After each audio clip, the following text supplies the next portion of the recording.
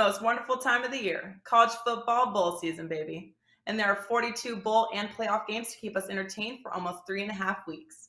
Starting with Toledo versus Middle Tennessee State and going through the national championship on Monday, January 10th, pick your favorite WagerTalk or Sports Memo handicapper and get every college football bowl game day release, including any 5% best bets normally priced at $35 for the low price of $149. As an added bonus, make sure to download the free WagerTalk College Football Bowl Guide by going to wt.buzz/rm. From everyone at WagerTalk and Sports Memo, good luck this college football bowl season.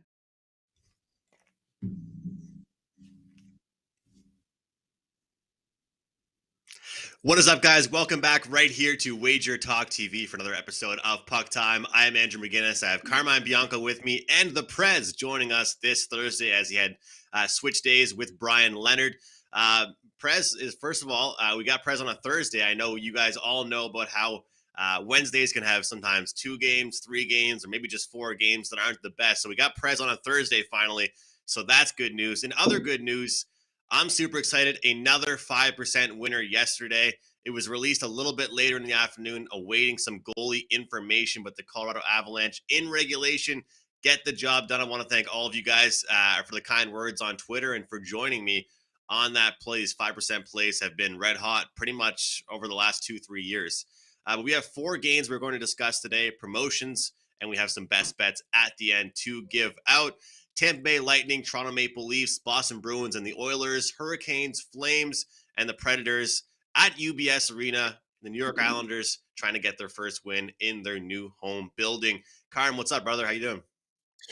Yeah, Carm was almost a late scratch today with upper body injury. As you guys know, my voice sounds a little, excuse me, raspy today. I feel like I swallowed a squirrel, sore throat. I've gone through so many cough drops. It's and tea. I don't know what to say, man. But we'll tough it out. Prez is here, and he can do most of the talking, anyways, like he normally does.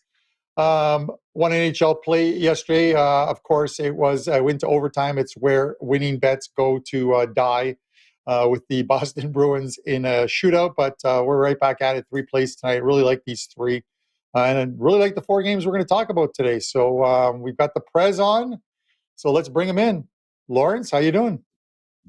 Carmine, I'm doing well, man. Sorry you're not feeling well. Teddy's not feeling well. Vivian's not feeling well. Andrew's not looking well. But I'm glad to be here, bro. Thanks for having me, everybody. I'm finally on a hockey run, and I'm seeing things really, really well right now. My free picks are winning. I'm on a 9-2 and 15-5 NHL run, and yeah, like Carm, I really I like the games you guys picked for us to discuss. Let's do it. Let's dive into it. Let's not waste any time. Let's get into our first game here. Some really good games, you know. We'll start with Tampa Bay and the Toronto Maple Leafs. Toronto -135, Tampa Bay +115 on the road. The total is at 5.5, and Prez, if I'm not mistaken, the last time we spoke about these two teams playing, I think you might have been on the show, and you used the words, the Leafs win these games in the regular season. Are you on the same page with that today? I am, Andrew. I mean, you've got Tampa Bay coming in with, on a 4-game win streak. And look, they got to feel really, really confident. You know, they beat Montreal, a real tough team to beat. And they have to be coming over to Toronto feeling really high right now. They also beat Philadelphia, Boston, and on. But Toronto, they had their couple of game losing streak. They lost to Winnipeg. They lost to Minnesota. They looked amazing against Columbus until the end of the game. But I was at the game, and they just stopped skating. They gave up. The bottom line for me here, Andrew, is I in all sports, I like to take the contender during regular season. I like the champ will save till the playoffs. The contenders in the regular season, the hunger is there. And, this is a measuring stick game for teams like the Leafs who plan on, winning it all. I like Toronto here. I know there's a bit of money coming in on Tampa Bay. It was minus 130 last night. It's now minus 125. But I'm all over the Leafs in this game, and they almost made my client cards. So yeah, I'm with Toronto tonight at minus 125. Well, I like your take there about going after the contenders, Prez. And one thing I like in this situation is I like the fact that we saw Toronto lose 2 games recently. And some people might wonder why, but you don't want to be too high on yourself always. You got to get humbled every now and then. Losing that game in Minnesota, dropping that game to Winnipeg, all of a sudden to get back on the board against Columbus, time to start a new streak for these guys. As far as the Tampa Bay Lightning, as much as I hate to see it, it's true. Montreal is not playing well. They're having a horrific season, a historically bad season. They played Philadelphia as well. You know, this is a Tampa Bay team that probably hasn't faced as tough a competition recently as the Toronto Maple Leafs have. And it's been a situational spot, guys. I've been betting all year long. Betting against teams that are coming off some games against some easier opponents. And then all of a sudden, it's a wake-up call. Who knows? I could be wrong. Tampa Bay, they get up for this game against the Leafs, but I just feel like the Leafs have been more battle-tested recently, whereas this Tampa Bay team have been kind of walking in the park against Philadelphia and Tampa Bay. What do you think, Carm? I'm sorry, I disagree with both you guys. To your point, Andrew, and we're going to disagree a lot of times throughout this season on Puck Time, but the Leafs played a COVID New York Islanders team, the LA Kings, the Sharks, Anaheim Ducks, the Colorado Avalanche with their E-Bug goalie in net.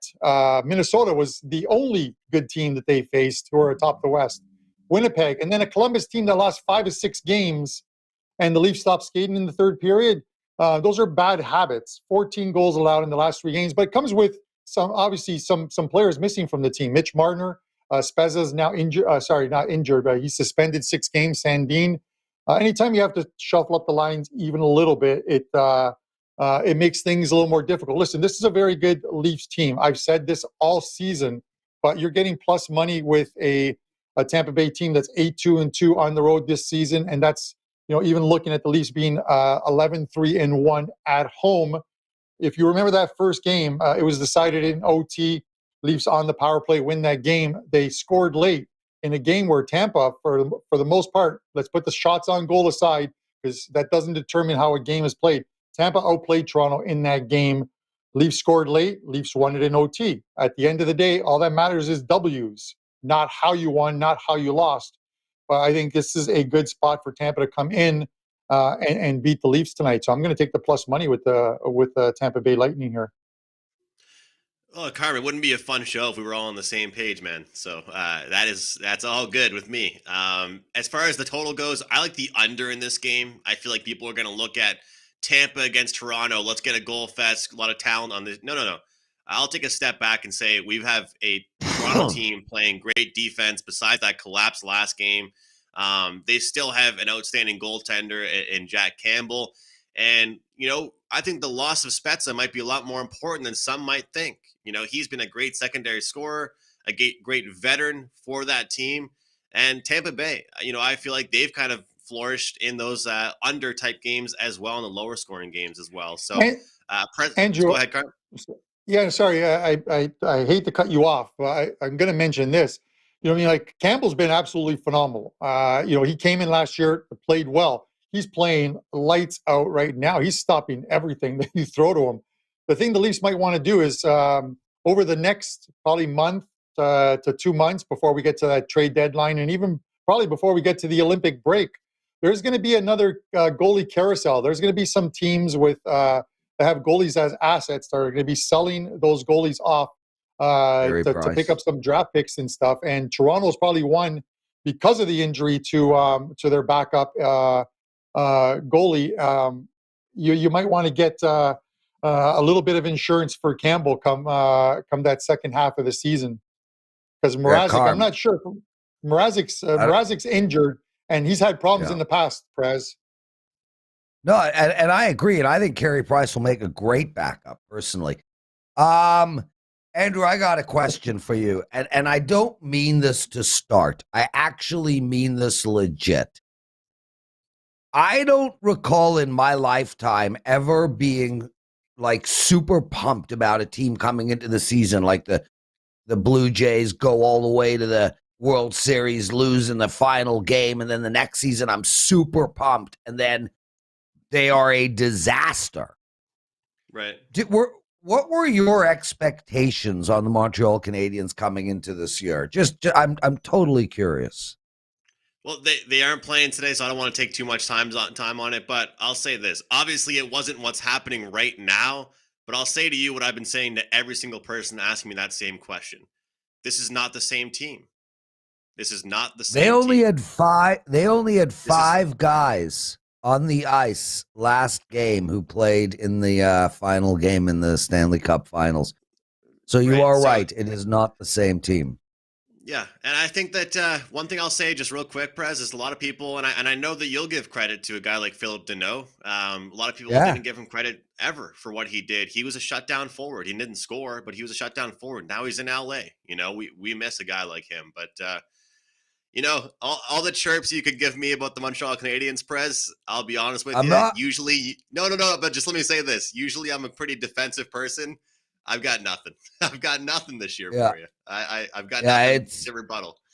It's got to be so disappointing for the guys asking. This is regular Nespresso coffee, as well. Elliot writes, Tampa Bay's the Leafs daddy.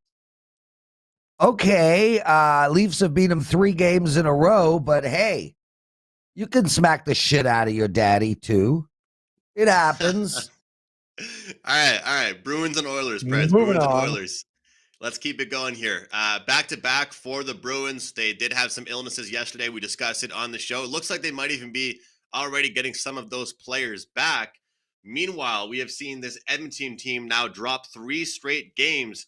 They scored just 1 goal against LA, 1 goal against Minnesota. I will admit I was on Minnesota in that game with Edmonton playing at home here. Guys, that Boston game yesterday, we come on here and talk about plays that we won. I'll say I was wrong about goals in that game. I thought we'd see some goals in that game. And if you watch that game, which I did watch a lot of it, there are plenty of chances. And sometimes when I see that in a game and the team's playing a first half of a back-to-back, I go right back on that over the second night. I don't shy away from it because, hockey, like Brian always says, I don't like the term puck luck, but you can get a hot goaltender and stuff like that. There were lots of chances created in that game. I expect lots of goals in tonight's game, but I might go back to the well here, guys, on Edmonton because I just don't trust this Boston team right now to produce, and I don't trust their decor to be able to handle the Edmonton Oilers, who, let's face it, this might be the most desperate game they'll play all season long, at least, off a 3-game losing streak. So I'll start with you, Carm. What are your thoughts on this game here and the Bruins playing their second half of the back-to-back? Well, listen, I watched the Bruins game last night. The Bruins outplayed Vancouver, but again, the game goes to overtime, goes to a shootout. It's a crapshoot. It's when Prez talks about, and he talked about it during the Euros, how stupid it is to decide a game or a championship on a skills competition. I feel the same way about the NHL. I'm good with the 3-on-3. Just make it 10 minutes of 3-on-3. Somebody will win the game within 10 minutes on 3-on-3. A shootout is a terrible way to decide a game. It's a skills competition and one that needs to go. With that said, Andrew, everyone thought I was nuts yesterday saying that the Flyers and Devils were going to go under the total. I saw the signs were there for it, and I see the signs for another under here as well, too. The Bruins are playing very well defensively. They're not scoring a ton of goals, but they're playing well defensively. I think their last 5 have gone under the total. And if you watch the Edmonton games, both games against the Kings and the Wild, they were completely outplayed. This is an Edmonton team. You don't see them score a goal at home, just a goal at home, and then come back and only score another goal at home. They've only scored, 5 in their last 3 games, all losses. I'm not sure what's wrong with the Oilers, but I didn't expect them to go on a 3-game losing streak. Wouldn't put it past me if after tonight that is a 4-game losing streak and another low-scoring game tonight. I'm leaning under here. Prez? Why, thank you, Carmine. Firstly, one of the guys says I remind them of Stu Feiner. What? I mean, I mean, you're a pretty loud guy, Prez, but I wouldn't say you're as loud as Stu. I think he means. When he says Stu Feiner, he means George Clooney. So we'll go with that. Anyway, Edmonton game. Andrew, I'm going to tell. Here's something that I use in my handicap a lot, and that I think is very important for everyone because it's just a general concept. You have a Boston team that is led by veterans. It definitely has young players on the team, but it is a veteran-led team. This team has spent the last 10 years shutting down high-scoring teams. They know how to do it. I can't take the over in this game because Boston knows one thing. They aren't winning if this game goes over. They're losing if this game goes over. So they are going to play tight. They're going to play checking hockey. They're going to get under Connor and Draisaitl's skin. I can't take the under in this game. I can't take the over in this game. You know, I tried very hard to play on Edmonton. I wanted to release Edmonton to my clients tonight. The problem I'm having is this, this is a bad spot to play against Boston. They lost 2 games in a row, but both games went to overtime. They're playing very defensive hockey. It's 2-1, 3-1 games. You go down their list here. They lost to Vancouver 2-1. They lost to Tampa Bay 3-2. They beat Nashville 2-0. They lost 2-1 to Detroit. They beat Vancouver 3-2. Everything is going under. Everything is playing tight. And when that happens, puck luck will take over. Because when there's only 3 goals scored in a game, one of those goals can be a deflection and another team can't come back from it. I am passing completely on this game. As a lean, I would take Edmonton. I want to take Edmonton. Edmonton's a better team. I do not believe in Boston. I think Boston will struggle to make the playoffs this year. But I am going to ultimately pass on this game. Well, the Bruins do have a really competitive division, Prez. It's a tough division, so I can't disagree with that take of yours. I wanted to bring something up to both you guys. Less competitive than the other division in that conference. They've played the fewest games in the East right now. Let's remember that as well too. They've only played 22 games, winning more than half of them. I get it that they're in 9th place right now, but as they start to play those games in hand, they'll start to move up the standings. I don't see Detroit staying in the top 8 when everything is said and done. So, those spots, teams like the Bruins, teams like the New York Islanders. Islanders are going to have to win at a huge clip in order to even get close to that 8 and 9 spot, like a huge clip to get there. So it bodes well for the Bruins, I think. I think the teams, if you look at it, the teams who are in the top 7 right now are likely the teams that are going to finish in the top 7: Florida, Washington, Toronto, the Rangers, Tampa, Carolina, and Pittsburgh. So the East is ultra competitive this year, as Andrew said. Yeah. I wanted to bring something up to you guys because as of late, I've been discussing how I thought the Oilers had a little bit more scoring, a little bit more depth maybe. And I always discuss how when I first started working with you guys, it was literally the McDavid and Draisaitl show and nobody else. And now the Oilers have some other help, guys, on that top 6. But listen to this stat here. Throughout the entire season so far, the Oilers' top 6 has 62 goals, okay? The bottom 6 has 12, and the defensemen have 10. Milan Lucic has 7 goals alone, okay? And this bottom 6 has 12 goals for the Edmonton Oilers. Oilers got rid of him, obviously, a while ago, and you just look at kind of what's going on with this team, and you look at. I saw a bet, guys. I don't want to take too long on this, but I saw a bet. It was plus 5,000. Okay, and it was will McDavid get a point in every single game? And I actually saw some people betting this. I couldn't believe it. There's going to be days where they get shut out, days where he's injured or whatever. And I saw people betting this. But the point of me bringing that up is that the fact of the matter is, Prez talks about deflections and goals like that. You need goals like that sometimes to win in hockey. And if the bottom six has only given them 12 goals so far, if you're a prop better, which I am, I like going to the bargain bin sometimes with certain teams, looking at the third line, look at a guy like Jason Spezza for the Leafs, but perfect example, always great value on him to get one. Lots of guys in the third line. With this Oilers team, don't be worried to be a quote-for-quote square player when you're betting these props because their top six are scoring all of their goals. So I just wanted to bring that up. I found that was super interesting, and I saw them getting a lot of flack. Do you guys have any comment on that? It just seems like the top six is doing all of the work like they used to. I think, Prez can chime in, but I think you're going to see that with a lot of the top teams. You're always going to see those first two lines and teams that score a ton of goals getting a majority of the scoring. It's just because they're going to see time on the power play. If they're down in the third period, they're the ones who are going to be double shifted and see more action on that first and then back again on the third line. So you're always going to see those guys getting the goals and scoring the goals. But definitely you want to see at least your top three lines or that third line contributing more than, let's say, the 12 goals throughout a season of, we're 25 games in, because come playoff time with those shortened benches, you need everyone scoring.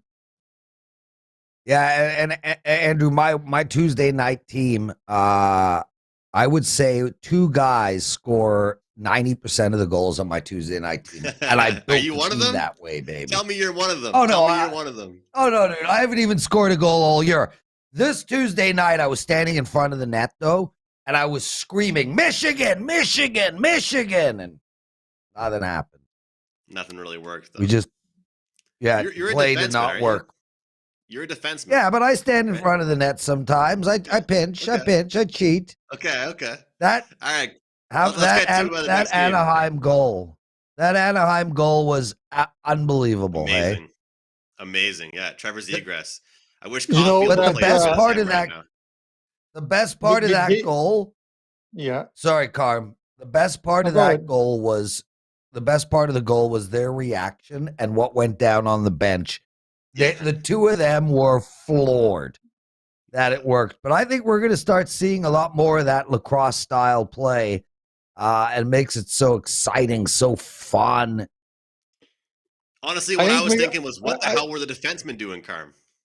Yeah, I don't know. I think McDavid tried it against Minnesota in that last game, in that 4-1 loss. I think it was him who went behind the net, tried to pick it up, and it came off of his stick before he could complete the lacrosse wraparound top corner. So more and more are trying it. I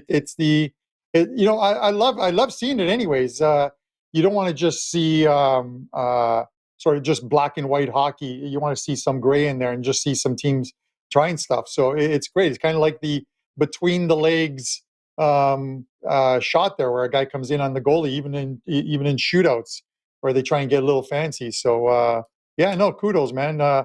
Hockey's just a great sport to watch. I'm sorry. Putting all other sports, it's usually end-to-end action.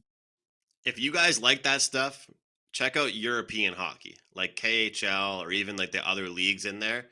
That's a lot of what it is. They experiment with that stuff nonstop. It's hilarious. Check it out. Look it up on YouTube. Carolina and Calgary. Carmen, let's get you to kick things off for us. We got Calgary -130. Carolina Road Dogs +110. Carolina have won 2. Calgary have lost 2. What are your thoughts on this game?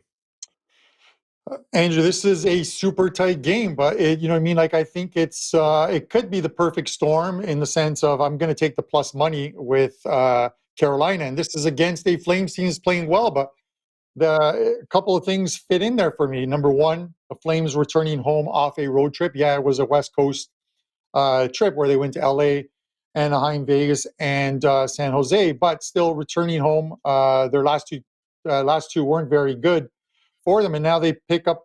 They play a Carolina team that had lost 5 of their last 6, but put together a couple of good ones. It was the Sabres. Yes, it was Winnipeg, but they started off this road trip on a good note, and this is a very good Carolina team that can score goals. These are 2 very good teams. Let's put it right out there, and this is why the line is where it is. But I'm willing to take the plus money here because I think the Hurricanes can string together a very good road trip here. After this one, they go to Edmonton, and then they go to the West Coast. I think they play the Vancouver Canucks after this, but they can put together off that losing streak. I think they're ready to string some wins together, and they're plus money tonight. So I'm going to take the plus 105 or plus 110 that they are tonight. Prez? Well, first, right off the bat, I don't think these are two very good teams. I think this is one exceptionally good team and one mediocre team that's had a good start to the season. I'm a Calgary, sell. You hate Calgary. Yeah, I don't hate Calgary. I love Calgary, man. The city is stunning with the mountains and the skiing and all the oil that just flows through the streets. You have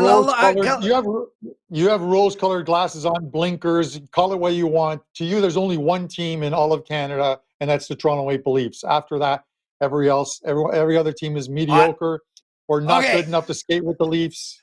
Let's call it what it is. So this is a gambling show. All right, this is a gambling show.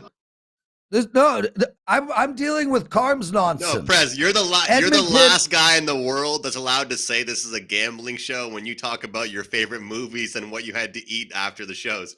Go ahead, because Calgary people gamble on that. People gamble on that. It's minus 160 that the Princess Bride is in my top 3. I've got 100 anyway, having a shawarma after the show. Let me know. I'll put no it in shawarma today.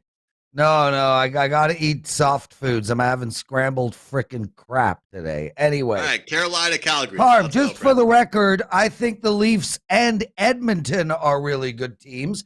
I think Winnipeg is a good team.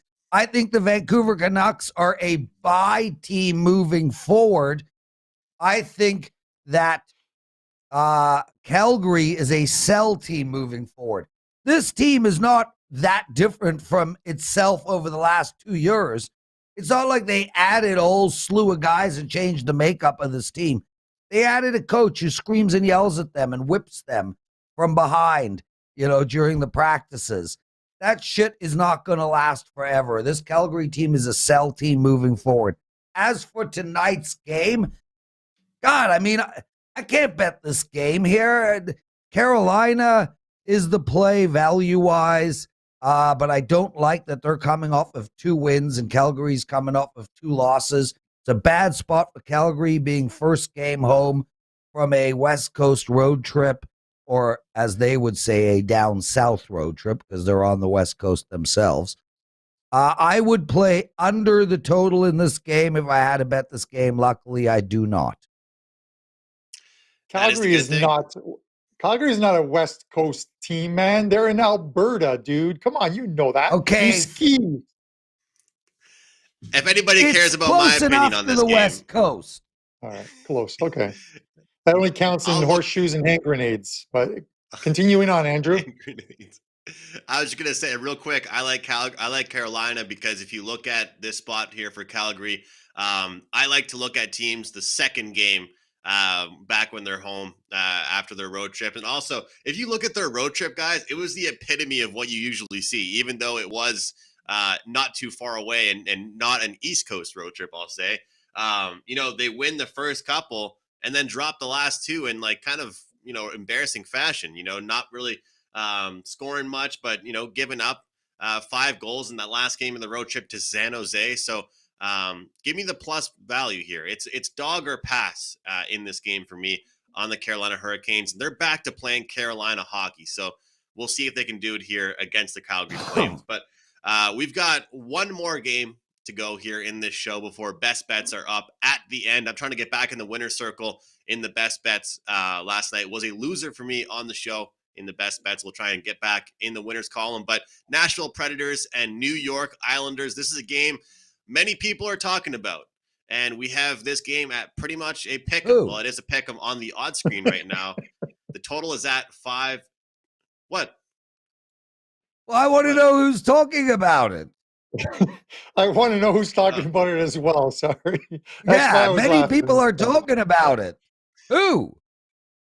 Well, people of New York.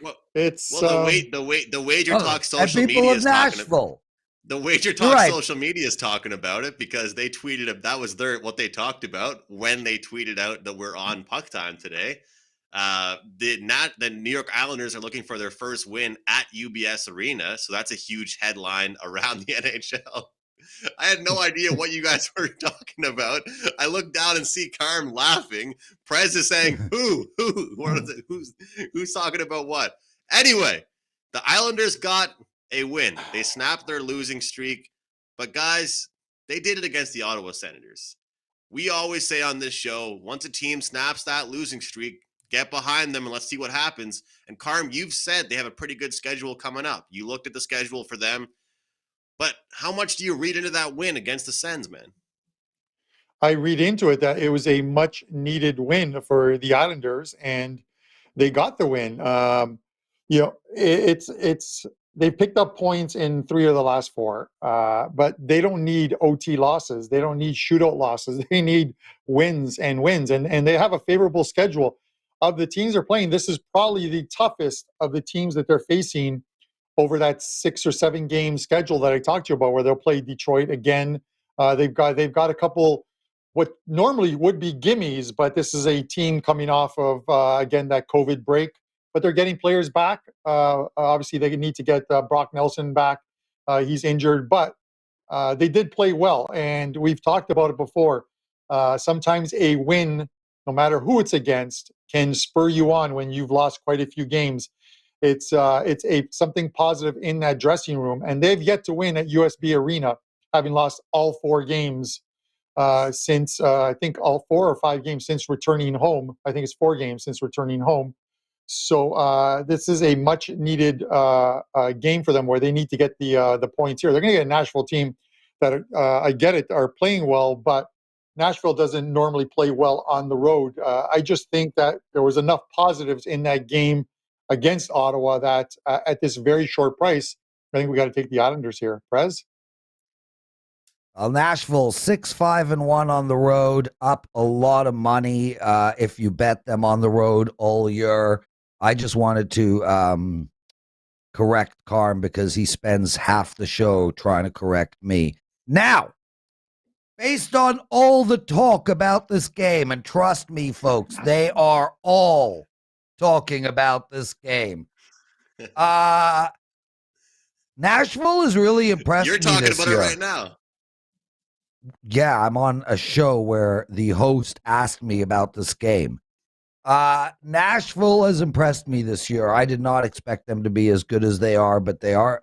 And the Islanders, I mean, this is a tough, hardened team, and they just can't seem to get out of their own way. Ekholm doesn't look like he's playing tonight, and that's going to be a big, big deal for me. The fact that New York Islanders got off the snide and won a game, I think we're going to see them go on a little bit of a run here. I'm actually going to be looking to play New York Islanders games moving forward. But I will say this, whenever in doubt, just take an under with the New York Islanders. You can do that blindly. That team plays to the under like, let's see, where are they at now? 7-13 to the under on the year. And I didn't even know that stat.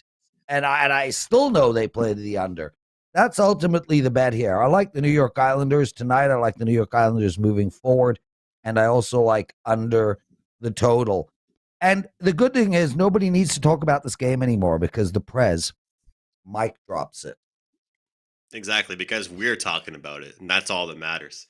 Any of those talking heads on TV, nah, we don't care what they're saying about this game. We're talking about it right here on Puck Time. Guys, Saros is questionable heading into this game, so make sure if you're betting this game, you're looking in towards certain wagers, keep an eye on his status. UC Saros is listed as questionable in this game, but I did not bet the Islanders throughout a lot of their losing streak, and I said I wasn't going to bet them until they won a game. I'm not betting them tonight, guys. I got to see what they can do. Prove to me you can beat a team besides the Ottawa Senators. If I was playing this game, I might be the contrarian play and look at the Nashville Predators.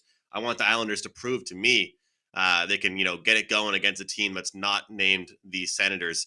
Let's wrap things up. Let's get to best bets. Let's promote ourselves just a little bit on this show. And I'll start with you, Prez. What do you have up for your clients at WagerTalk.com? Well, my brother, great question. They're all talking about it. I have one hockey play for my clients tonight. I'm on a 9-2 and 15-5 hockey run. Also, just rolling in all sports combined, rolling in the NBA, rolling in college basketball. I had a terrible, terrible Monday, but other than that Monday, just been absolutely on fire, my friend, and I'm excited. I haven't finished my handicap in the NBA and college hoops, but I will have plays in both those sports today as well. Those will go up soon. And other than that, I got a golf lesson at 2:00. I'm then playing virtual reality golf with my friends at 7:00. And, of course, I'm working out later today. First of all, I love doing that. I love playing virtual golf. It's awesome. It's a fun Yeah, time. it's Have the some beers best. while I do it. It's great. I love It's doing that so too. fun. But I got to get a best bet off you, Prez, for the show. Best bet is the Toronto Maple Leafs tonight, -125. All right, Maple Leafs -125. And if you are planning on betting for Prez to have a shawarma after Wager Talk today, he already told you guys he's not having that. Can't have that, soft food only today. Carm, what's your best bet, and what do you have up for your clients for tonight?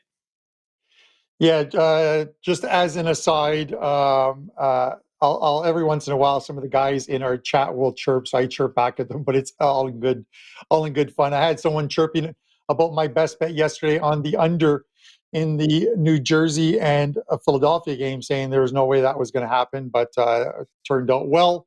As far as my best bet, I'm going to go there first. I'm going to take the Chicago Blackhawks tonight in Montreal, -135.